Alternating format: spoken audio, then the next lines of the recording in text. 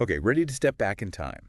Back to a world where, like, science and magic weren't so separate. Yeah, absolutely. We're talking Elizabethan England Mm-hmm. and a guy named John Dee. Fascinating guy. Right. He advised Queen Elizabeth I, Yeah.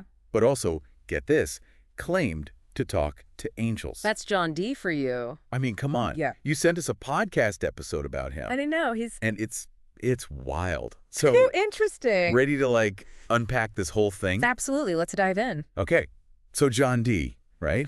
He's like the poster child for that Renaissance spirit, wouldn't you say? Oh, totally. You know, back then, all these things we see is totally different today, like math, science, magic. They were all mixed up, all connected. Yeah, and you see that like right from the start in his early life. He was born in 1527. Henry VIII's reign. Oh, crazy A time. lot of upheaval. Yeah.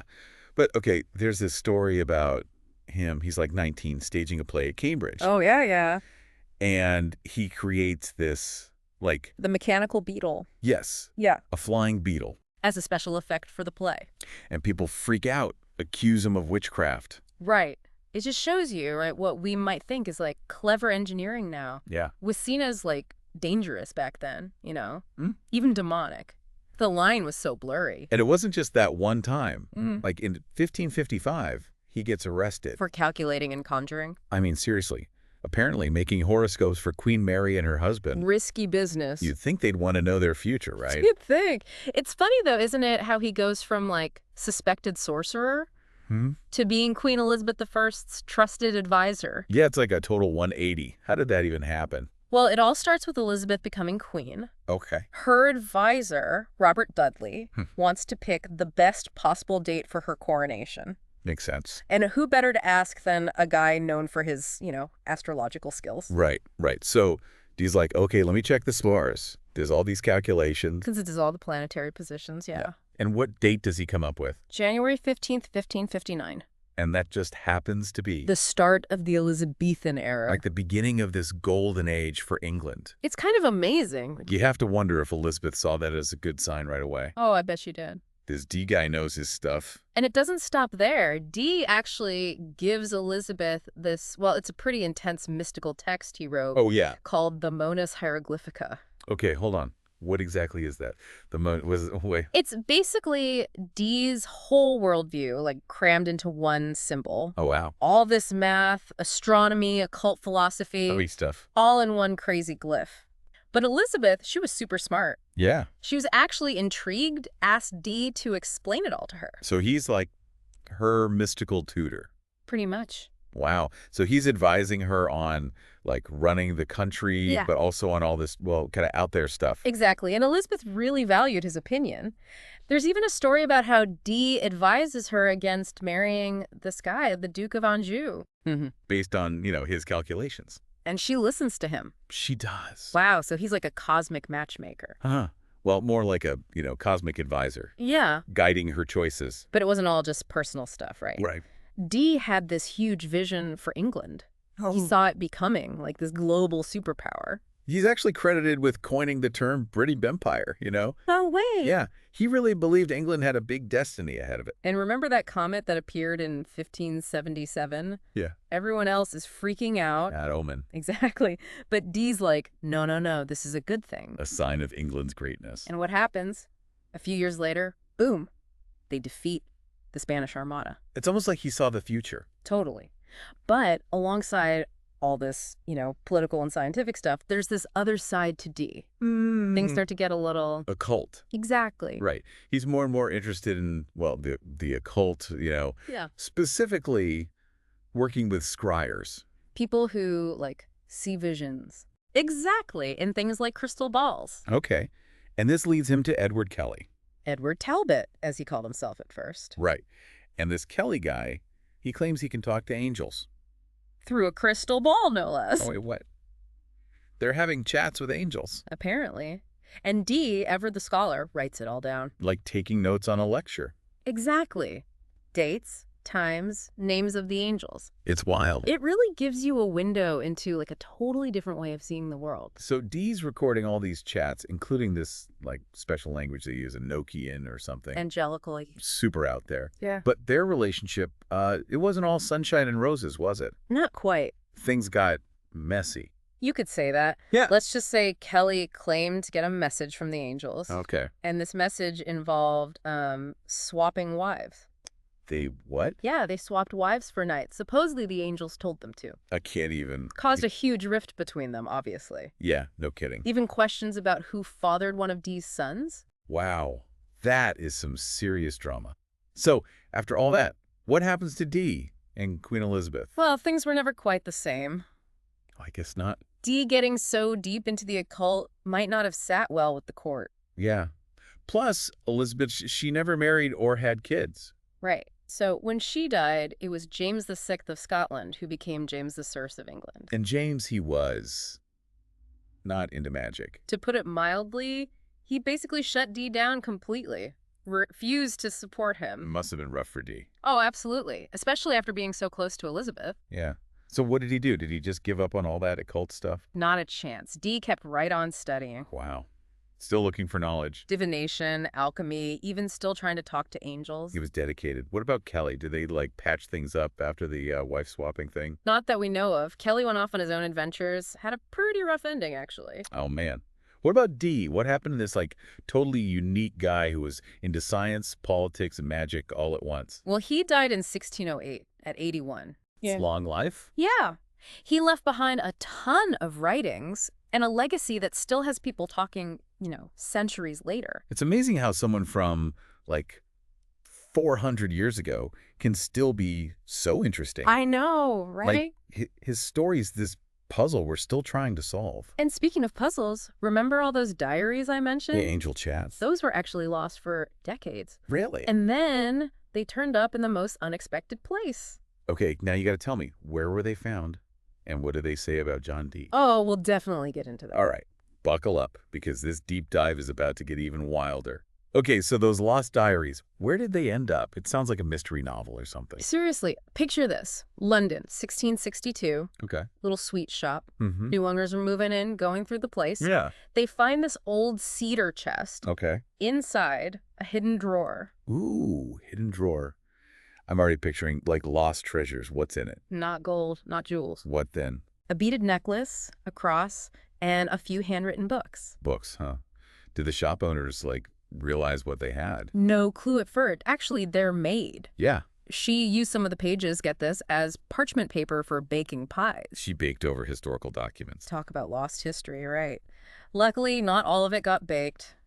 This antiquarian, he comes across the remaining pages, Mm-hmm. recognizes the handwriting, and bam, it's John Dee's lost diaries. What a close call. So what do they say about Dee? Like, did they show more about his, occult side? Oh yeah, tons of details about his conversations with angels, all written down, all through Edward Kelly and his crystal ball.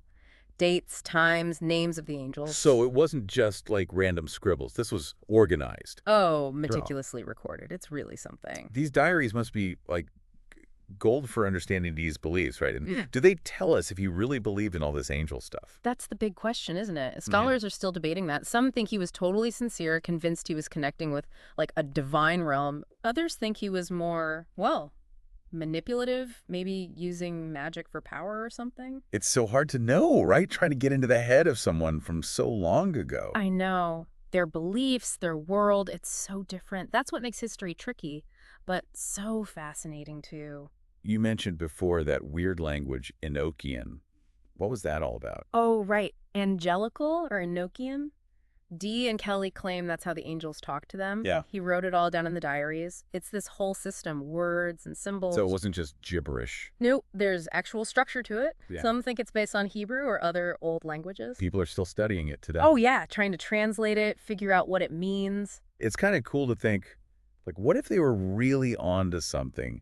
Some secret message hidden in that language. Definitely makes you wonder. But remember, Dee wasn't just about angels and magic. Right, the math, the astronomy, advising the queen. Exactly. It's like he had this whole other A side. brilliant mind, super influential. Yeah, shaping England's future. He had one foot in politics and science. Yeah, and the other in, well, the mystic realm. Precisely. That's what makes him so interesting. He makes us think about those boundaries we put up, Science versus spirituality. Yeah, like what if they're not so separate after all? Dee seemed to think they were connected. And it's a question we're still grappling with today. All this technology, but people are still searching for meaning, for something bigger than themselves.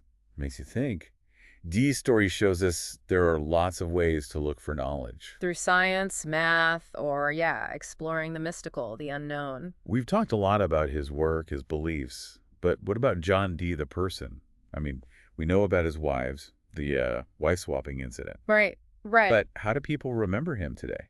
It's complicated. Yeah. Some see him as a visionary, a pioneer, pushing the limits of knowledge. Others, well, they think he was a fake, taking advantage of people with all the magic talk. Wow, so people either loved him or hated him. Pretty much. But his story just grabs you, this mix of brilliance, ambition, and like a little supernatural spice. Yeah, almost like a movie plot. And it actually did inspire some writers. Some think Shakespeare based Prospero from The Tempest on Dee. No way. And maybe Marlowe's Faustus too. Both powerful magicians blurring the lines between good and evil. So Dee's influence went even beyond science and magic, into literature. Looks like it. His story, it's got this mix of history and mystery that just captures people's imaginations. But there's more. Remember those astrological charts he was so into? Yeah, he didn't just do them for other people, right? He was into astrology himself. Exactly. He even made a detailed chart for his own birth. Wait, are we going full-on astrology now? This is getting even better. And here's the really interesting part. While Dee's own interpretation of the chart is lost, we have modern astrologers looking at it. Plus, get this, Dee's calculations for the planets in his chart are incredibly accurate, even for back then. He could, like, pinpoint the planets from centuries ago? With amazing precision. Shows you how deep his knowledge of astronomy was. Mind-blowing. He's embracing magic and mysticism, but also super precise science at the same time. A true Renaissance man. Right. I got to know more about this birth chart. Yeah. What secrets does it hold? Let's dive in and see what we can find. All right, John Dee's birth chart. Lay it on me. What's so special about it? Well, first off, it's not the typical circle you see nowadays. He used a square, A score. which is more like those Vedic charts, Interesting. Did he say why? Nope, lost to history. But we do have the data inside. Okay. Birth date, July 13th, 1527. Exact time, 4:02 p.m.